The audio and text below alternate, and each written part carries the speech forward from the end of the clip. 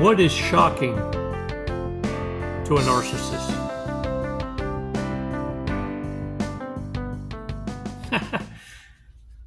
Thought it was a rhetorical question until Deborah answered it, and I'm going to read her answer. It's a beautiful insight. She gives, I believe it's seven subtopics answering that question. And I want to thank Deborah for sharing her insights with the world. And it's worth rereading or sharing with everyone in the community.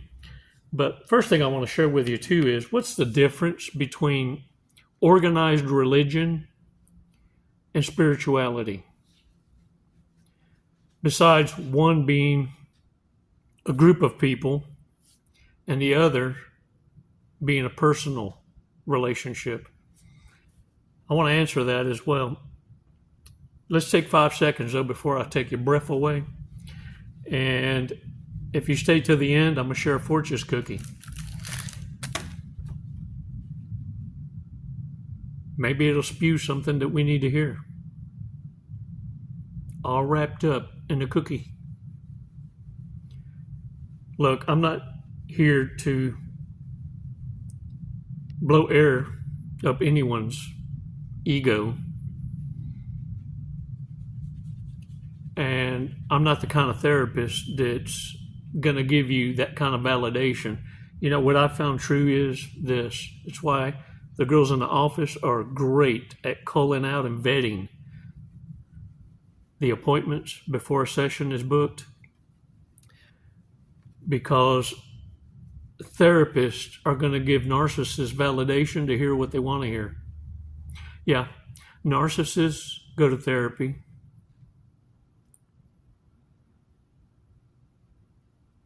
to manage their image. And therapists and clinicians will gladly do it for return visits, because their business model has to support the ego of even narcissists, or they go bankrupt. You see, for a therapist to shatter a narcissist's ego won't pay the bills, only return visits.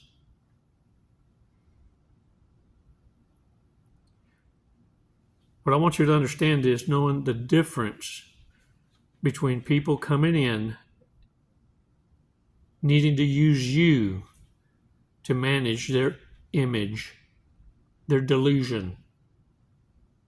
Stop becoming a narcissist entertainment, an emotional tampon.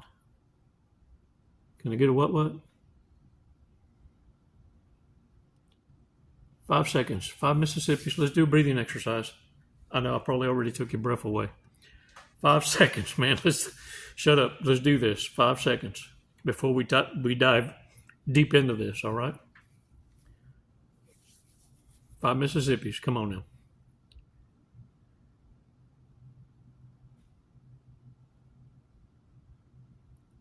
Release slowly.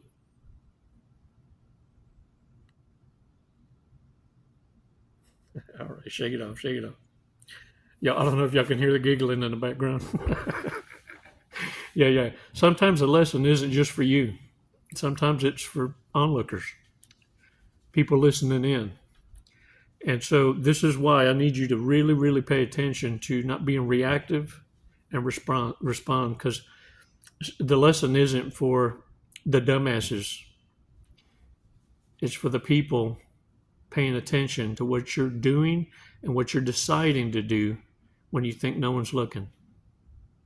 You see, those are divine appointments.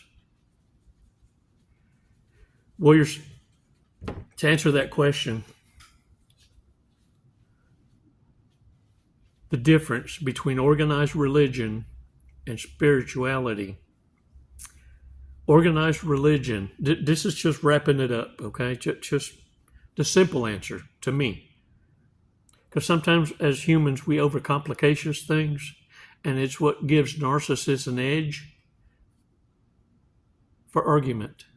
And we all know narcissists don't argue for insight to learn for understanding. They argue for reactions. And to me, organized religion is a group of people grouped together to fear hell. And spirituality is a personal relationship with Holy Father for those who have been through hell.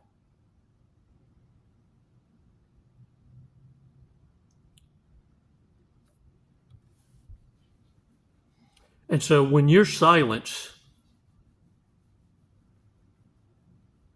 is leveraged, it's not because you've surrendered.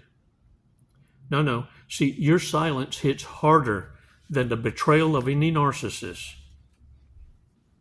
And they will continue to stack up bodies. They will continue in a self-destructive maneuver in hopes that you notice them, because becoming irrelevant to a narcissist is the ultimate ego death. They will destroy their own reputation that they defended for so many years, that they built up, believing that they're destroying you. This is why it's so important that you not notice them, that you ignore them. Because the more you do this, your silence is going to hit them harder than the betrayal ever did.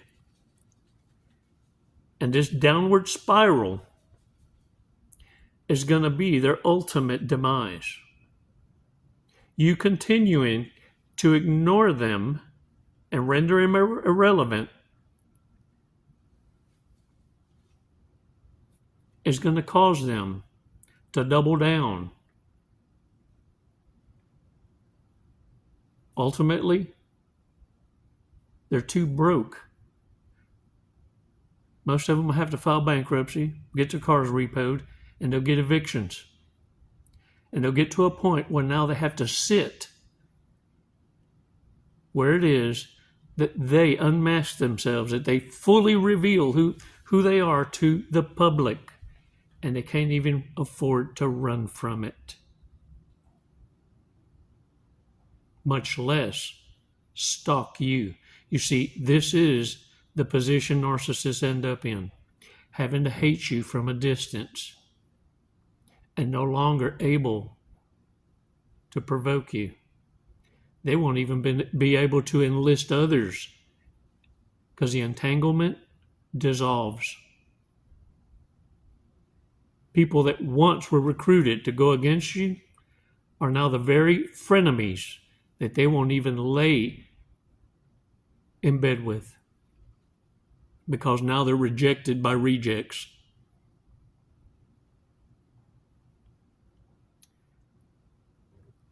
Some of y'all had epiphany moments like this joke I remembered. Whether it be a wife or a girlfriend, boyfriend, husband. Wife says, our neighbors are so in love. He kisses her on the neck, grabs her by the waist, and hugs on her in public. Why don't you do that? Husband says, because I don't know her that well yet, but I'm working on it.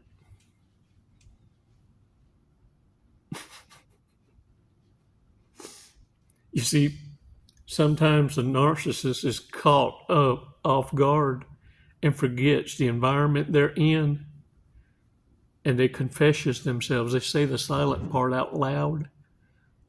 Shut up. Look, this is the thing. I'm a firm believer in today's day and age. If you don't got caught up in the entrapments of narcissists, sociopaths, psychopaths, or as others try to put it ever so kindly, avoidance. Yeah, if you get caught up in this, the only ones right now have an excuse. It's plausible, explainable. is going to be the Gen X generation. You see, Gen X was brought up before computers, before technology and social media, and didn't have access to the technology and the information superhighway and the interweb that we have. And so they have experiences to be told and shared coming from the lens of those that were able to take advantage of people and hide their true nature before it became so available. Now it's so readily available that if you get caught up in this entanglements, it was by choice. That's how I feel. Because everybody knows about the game now. Everybody. Look, millennials and Gen Z now know and are refraining from being a participationist victim in the game. That screams volumes.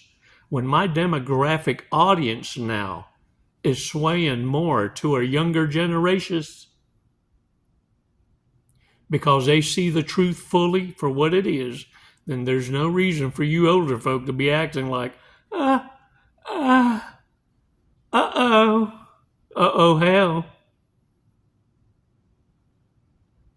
There's no excuses anymore. The good Lord has announced it and made it available to everybody so as no one can say, I was a victim.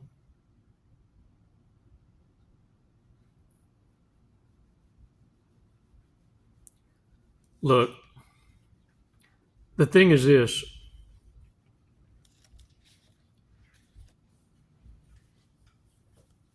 Narcissists are trying to play the victim card too. And play virtuous. And they have shapeshifted into everything imaginable that you can't trust and love unconditionally. In fact, you never should have. That's what this information leads itself to understanding fully. Everything is based on merits. And it's why it can be said that the true trait of narcissism is understanding the difference between folks hearing you and folks listening to you. Folks that hear you aren't there for you. You see, folks that hear you reveal themselves in this way. They will be the ones to interrupt you in mid-conversations because you triggered them. And now they need to voice their rebuttal before you finish what you have to say because they rehearsed it so many times. And because you triggered them, they now posture defensively. It's a hive mentality. You've triggered a disorder. And the disorder engages immediately in postures defensively because you hurt them some kind of way. And what that does is expose them because now they've played the part that you're trying to explain is a problem. And defective people, folks that carry the disorder, tell on themselves immediately and play right into the confession of what it is you're trying to prove a point about. People that listen to you, admire you, and will engage but not interrupt. And they will take what you have to say with silence and respect in order to conjugate a thought based on what it is they fully engaged in by listening. And that pause is the respect shown to the speaker.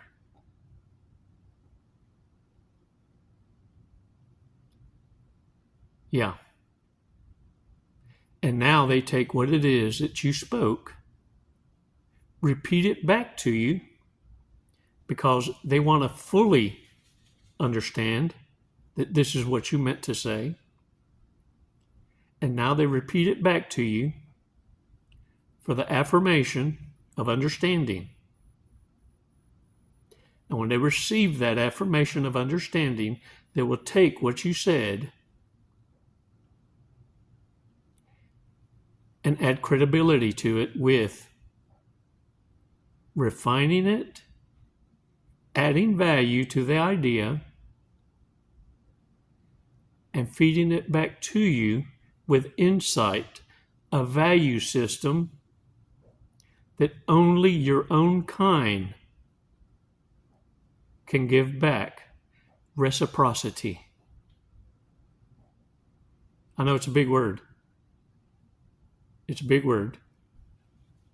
But the only thing narcissists can share with you is going to be an insult, shaming, screaming, and interruptions. Because what they feel threatened by is the inability to share intellectually with substance. And so they got to shatter the conversations with interruptions. Does that not sound suspicious to you? Does that not sound suspicious to you? Does that not sound suspicious to you? In threes. Because they think incompetence sounds like competent when they repeat themselves 3 times. I said. I'm finna splanacious. I'm finna splanacious. I'm finna splanacious. And in your mind, you're going, ooh, I'm finna lose my mind up in here, up in here. I'm finna act a fool. Don't you do it. Don't lose your cool. Keep your class. Take the high road and realize the real lies, and see yourself out. Don't dumb yourself down any longer. Don't be the entertainment to stupidity. You've activated the clown chakra of the fools around you to full confessions. They're not at your level. It's just another devil. Can I get a what? What is shocking to a narcissist? Ooh, let's read on. Answered by Deborah. They want control. They want you to provide emotional responses. When you stop giving them those things, you destroy their carefully contrived delusions. She spelled it correctly. I'm just adding flavor to the wordage. Some Chica-isms. Yeah. I hope Deborah appreciates it. Number 1, when you stop chasing them, narcissists expect you to always beg, plead, and struggle for their attentions. When you stop chasing the narcissist and walk away, it disturbs their demons. Your silence tells them they're not as important as they believe, and that itself feels like a deep ego death. When you do something they don't expect, that's number 2, número 2. What is shocking to a narcissist? When you do something they don't expect, they love to feel in control and of a religious and of your responses. When you spontaneously make an unexpected decision or respond in a way they had not planned, it causes them to lose their balance and control. That unexpected moment pulls the curtain back, exposing the fragility of their control. Número 3, number 3. When you discard them, first before they get a chance to discard you. A narcissist always wants to complete their journey on their terms. When you turn the table and discard them first, it panics them. You have taken away their control against their will and shown them they were never as important or importanteristics as they thought they were. Thought they shit don't stink? They have a nasty fundy fly. Anus curly whirly. Yeah. Number 4, número 4. When you highlight their self-righteousness, when you show them their anus curly whirly got a dingleberry, a Tarzan. Yeah. I'm just putting it in Chico terms. Narcissists see themselves as the most intelligent Aristus, the moral, the most important person in any situations. When you say or see their imperfections. So when the person they viewed as the underestimated person, you, remains calm and wins by remaining logical and indifferent, it is humiliating for their inflated sense of superiority. When you showed them their own mancha on the tantaran, their own shit stains on them dirty draws, that's how it feels. You did it. These are your draws. Look at this. Look at this. Nasty. Yeah. Exposing the dingleberry. Number 5, when you cease providing they emotional supply. When you cease providing them their emotional supply. Ooh. Narcissists live, thrive, and supply on drama and praises and anger or tears. Oh, they'll cry. Yeah. Anyone that crying is lying. That's their fuel. When you stop reacting, when you go gray rock and provide them nothing, gray rock, not throw them a rock. Although I'm not going to say I'm just saying gray rock is like you pretend they're not there. But if you want to throw a rock, I ain't going to say nothing, but hide your hands, because they're going to do it to you. Do it firster. Their power source is going to feel unplugged when you go gray rock. For some, the thought is unbearable and they either lash out or just disappear from your life. Yeah. Some will quit. You ever seen a narcissist quit? You can't fire me, I quit. They already knew they was fixing to be on the way out. They're just trying to self-preservacious. Yeah. Number 6, when you flourish without them. Número 6. Narcissists want to be the main character in your story. If they discover that you are happy, peaceful, and successful without them, that is the ultimate insult. It undermines their precious self-loathing rationalizations that went, see, I broke you.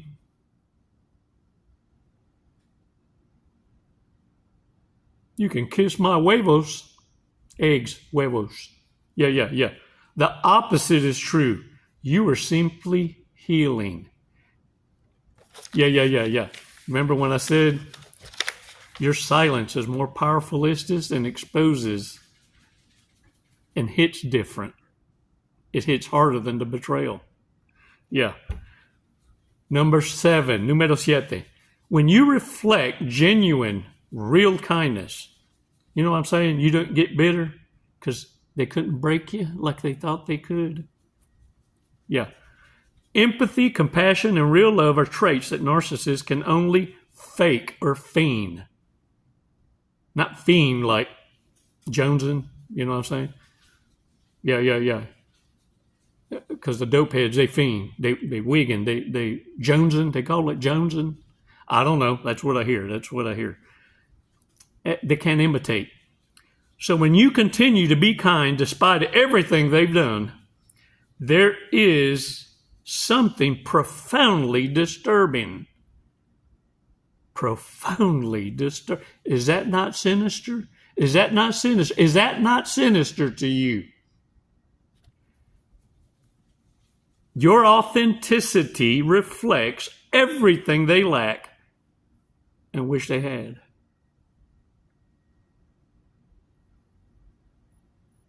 Who's a real Slim Shady up in here? They wish they could be you. They want to be you so bad. And the narcissist love language insults that, what they envy and are jealous of most. It's why it can be said, narcissists attack what they admire. They admire you the mostest. Aww, with your badass self. Hey, and to add insult to injury, watch for the confessions. They're working on you. But they need you to dumb down to win. Not today, Satan. That's what I'm saying. Today's fortune cookie. Let's see what it has to say, y'all.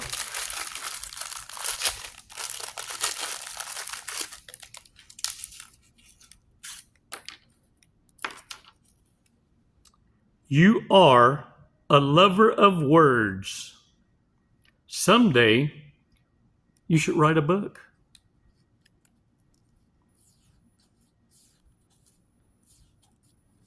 Holy Father loves you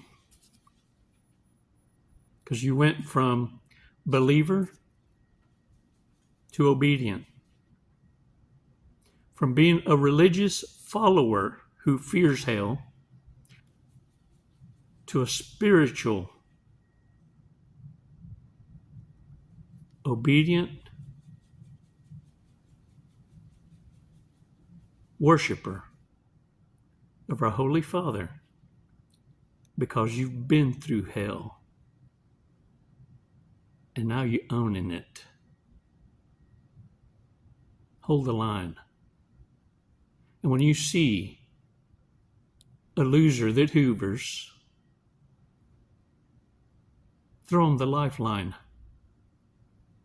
a brick, and slam the door shut. Because you ain't buying.